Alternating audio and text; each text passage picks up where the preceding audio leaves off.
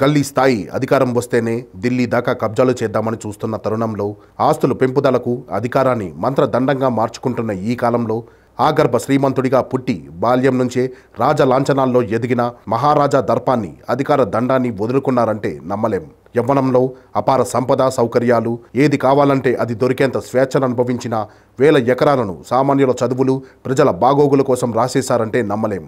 కాళ్లకు మట్టి అంటకుండా చూసుకునే పరివారం, ప్రత్యక్ష దైవంలా భావించే ప్రజానికం, నూనూగు మీసాలైన రాకముందే సిద్ధమైన మహారాజా సింహాసనం. పల్లెటూరు నుంచి ప్రధాని దాకా పలుకుబడి అన్నీ వదిలేసి సింహాచల అప్పన్న నీడలో గోశాలలో అనంత వాయువుల్లో కలిసిపోయిన మహామనిషి.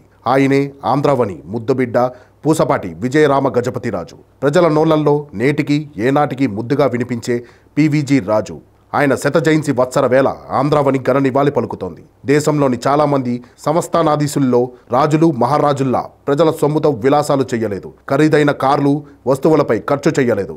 భవంతులు బంగళాలు పోగు చేసుకోలేదు. తన విలాసానికి వన్యప్రాణులను వేటాడలేదు. తమ ఐశ్వర్యం ప్రజల పుణ్యమని గుర్తించి అంతే వాసుల కోసం కూడబెట్టుకోకుండా ఆపన్నలను ఆదుకోవటానికి భావితరాలను నిలబెట్టడానికి తప్పించిన మహామనిషి పీవీజీ. విజయనగర మహారాజు అలక్ నారాయణ గజపతిరాజు, మహారాణి విద్యావతి దంపతుల పెద్ద కుమారుడు పూసపాటి విజయరామ గజపతిరాజు, ముద్దుగా పీవీజీ రాజు. విశాఖపట్నం, చెన్నైలో చదువుతూ చిన్నప్పటి నుంచే డాక్టర్ సర్వేపల్లి రాధాకృష్ణన్ లాంటి తత్వవేత్తల శిక్షణలో లాటుదేలారు. తండ్రి అనూహ్య మరణంతో 21 ఏళ్లకే 9వ తరం రాజుగా పీవీజీ బాధ్యతలు స్వీకరించాల్సి వచ్చింది. పూసపాటి వంశంలో పట్టాభిషిక్తుడైన చిట్ట చివరి మహారాజు ఈయనే. 1945 ఆగస్టు 24న అంగరంగ వైభవంగా జరిగిన ఆ ఉత్సవంలో పండిట్ బిస్మిల్లా ఖాన్ షెహనాయి వాయించారు. పట్టాభిషేకం తర్వాత ఉన్నత చదువుల కోసమని అమెరికా వెళ్లారు పీవీజీ. అక్కడ కొలంబియా విశ్వవిద్యాలయంలో విశ్వవిఖ్యాత శాస్త్రవేత్త ఆల్బర్ట్ ఐన్స్టైన్తో పరిచయం ఏర్పడింది. పీవీజీకి భౌతిక శాస్త్రం పట్ల ఆసక్తి పెరిగింది. అదే తర్వాతి కాలంలో తన ఆధ్యాత్మిక గురువు స్వామి జ్ఞానానందతో అనుబంధాన్ని పెంచి ఆంధ్ర విశ్వవిద్యాలయంలో న్యూక్లియర్ ఫిజిక్స్ విభాగానికి అంకురార్పణ చేసింది. కావాలంటే 10 మందికి పెట్టగల స్తోమత ఉన్నప్పటికీ సామాన్యుడిలానే అమెరికాలో గడిపారు పీవీజీ. సమాజాన్ని అర్థం చేసుకోవడం కోసం రెస్టారెంట్లో, కాలేజీ క్యాంటీన్లో వెయిటర్గా పనిచేసేవారు. అక్కడే పరిశోధన కోసం బొంబాయి నుంచి వచ్చిన కుసుమ్ మడ్గావ్కర్తో పరిచయం ప్రేమగా మారి పెళ్లికి దారితీసింది. 1949లో అక్కడే ఇద్దరు పెళ్లి చేసుకుని భారత్కు తిరిగి వచ్చారు. పాలీ భాషలో నిపుణురాలైన కుసుమ్ అనేక పరిశోధన పత్రాలు వెలువరించేవారు. 1955లో గజపతి నగరం నుంచి అసెంబ్లీకి కూడా ఆమె ఎన్నికయ్యారు. వీరి సంతానమే ఆనంద గజపతిరాజు, అశోక్ గజపతిరాజు, సునీతా ప్రసాద్. 1950లో పీవీజీ భారత్కు తిరిగి వచ్చేసరికి భారత స్వతంత్ర దేశమైంది. వెళ్ళేప్పుడు మహారాజును, ఇప్పుడు మామూలు మనిషిని అని సరదాగా వ్యాఖ్యానించారు పీవీజీ. సరదాగా అన్నా ఆయన దాన్నే నిజం చేయటానికి అనుక్షణం ప్రయత్నించేవారు. తమ కుటుంబం సమాజానికి అందించిన సేవల్ని కొనసాగించాలనుకున్నారు. విద్యపై ఆయన ప్రధానంగా దృష్టి సారించారు. విద్యా సంస్థల కోసం రాజకోటను, ఉత్తర కోస్తా చుట్టుపక్కల ప్రాంతాల్లో విద్యా అభివృద్ధికి తన సొంత ఆస్తిని విరాళంగా ఇచ్చారు. విజయనగరం సంస్థానానికి ఒడిశా నుంచి మచిలీపట్నం వరకు ఉన్న ఆస్తులను పైసా పరిహారం ఆశించకుండా ప్రభుత్వానికి దానం చేశారు. ఉన్నత విద్యను అందరికీ, ముఖ్యంగా మహిళలకు అందుబాటులోకి తేవాలని, మంచి ఉపాధ్యాయులను తయారు చేయాలని తప్పించారు. అందుకు బీఈడీ కాలేజీని ఆరంభించారు. మహారాజా కాలేజీలో చదువుకునేందుకు చుట్టుపక్కల ఊళ్ళ నుంచి వచ్చే విద్యార్థులు మధ్యాహ్న భోజనానికి ఇబ్బంది పడటం గమనించిన పీవీజీ తండ్రి అలక్ నారాయణ సొంత ఖర్చుతో ఉచిత భోజనశాల ఏర్పాటు చేశారు. దీన్ని శాశ్వత ప్రతిపాదికన చేపట్టాలని పీవీజీ భావించారు. ఇందుకోసం శ్రీకాకుళం జిల్లాలోని తనకున్న 370 ఎకరాలను సింహాచలం దేవస్థానానికి విరాళంగా ఇచ్చారు. ఈ భూమిపై వచ్చే ఆదాయాన్ని విద్యార్థుల భోజన ఖర్చులకు వాడాలని షరతు విధించారు. ఈ భోజన సదుపాయాన్ని ఎంతో మంది వినియోగించుకుని విజయనగరం కళాశాల నుంచి ప్రతిభావంతులుగా బయటకు వచ్చారు. వారిలో ఈసీఐఎల్ వ్యవస్థాపకుడు అయ్యగారి సాంబశివరావు లాంటి వారు ఉన్నారు. నేటికి 450 మంది విద్యార్థులు ఇక్కడే ఉచిత భోజనం చేస్తున్నారు. 1961లో కేంద్ర ప్రభుత్వం సైనిక పాఠశాలలు తెస్తోందని తెలిసి 206 ఎకరాలతో పాటు కోరుకొండలోని తమ కుటుంబ విలాసవంతమైన భవంతిని ప్రభుత్వానికి విరాళంగా ఇచ్చారు. ఫలితంగా కోరుకొండ సైనిక పాఠశాల ఏర్పాటై ఇప్పటికీ విజయవంతంగా నడుస్తోంది. విశాఖలోని ఆంధ్ర విశ్వవిద్యాలయానికి విజయనగరం ప్యాలెస్ను విరాళంగా ఇచ్చి కొంతకాలం ఆంధ్ర యూనివర్సిటీకి ప్రోన్ ఛాన్సలర్గా పీవీజీ సేవలందించారు. స్వతంత్ర్యానంతర పరిస్థితుల్లో పీవీజీ రాజకీయాల్లోకి అడుగుపెట్టారు.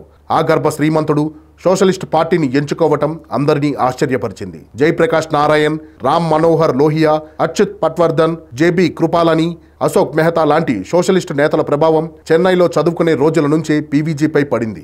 అందుకే ఆయన సోషలిస్టులతో కలిశారు. అశోక్ మెహతా పేరుని తన కుమారుడి పేరులో చేర్చారు. అంతకుముందు జయప్రకాష్ నారాయణ్ దక్షిణాదిలో పర్యటించినప్పుడు సభల నిర్వహణను పీవీజీ దగ్గరుండి చూసుకునేవారు. ఈ సందర్భంగా జేపీ పరువును కూడా పీవీజీ స్వయంగా మోసేవారు. చాలా మంది సోషలిస్టు పార్టీ నేతలు హోటళ్లలో బస చేస్తే మహారాజు మాత్రం పార్టీ ఆఫీసులో చేప మీద పడుకునేవారు. సోషలిస్టు పార్టీ తరపున 1952లో ఉమ్మడి మద్రాసు రాష్ట్ర అసెంబ్లీకి ఎంపికైన పీవీజీ తర్వాత పార్టీలో సమన్వయం లోపించటంతో 1957 నాటికి స్వతంత్ర అభ్యర్థిగా నిలబడి లోక్సభలో అడుగుపెట్టారు. ఆపై అప్పటి ప్రధాని నెహ్రూ ఒత్తిడి మేరకు ఆంధ్రప్రదేశ్ ప్రయోజనాల దృష్ట్యా 1959లో కాంగ్రెస్లో చేరారు. ఎంపీ సీటుకు రాజీనామా చేసి ఉప ఎన్నిక ద్వారా ఆంధ్రప్రదేశ్ అసెంబ్లీకి ఎన్నికయ్యారు. సంజీవయ్య ప్రభుత్వంలో ఆరోగ్య శాఖ మంత్రిగా, నీలం సంజీవ్ రెడ్డి సర్కారులో విద్యాశాఖ మంత్రిగా వెలిగారు. 1964లో బాక్రా నంగల్ ప్రాజెక్టు సందర్శనకు వెళ్లినప్పుడు పీవీజీ కారు ప్రమాదానికి గురై తీవ్రంగా గాయపడ్డారు. 3 నెలలు ఆయన కోమాలో ఉన్నారు. దేశ విదేశాల్లోని వైద్య నిపుణులు పర్యవేక్షణలో బయటపడ్డారు. మునుపటి వేగం తగ్గినా రాజకీయాలకు దూరంగా ఉండటానికి ఇష్టపడలేదు. 1971 నుంచి 1984 దాకా పార్లమెంటు సభ్యుడిగా కొనసాగారు. ఆరోగ్యం ఇబ్బంది పెట్టినా సమయపాలన మరవకపోవడం పీవీజీ ప్రత్యేకత. ఏ కార్యక్రమానికైనా అరగంట ముందే చేరేవారు.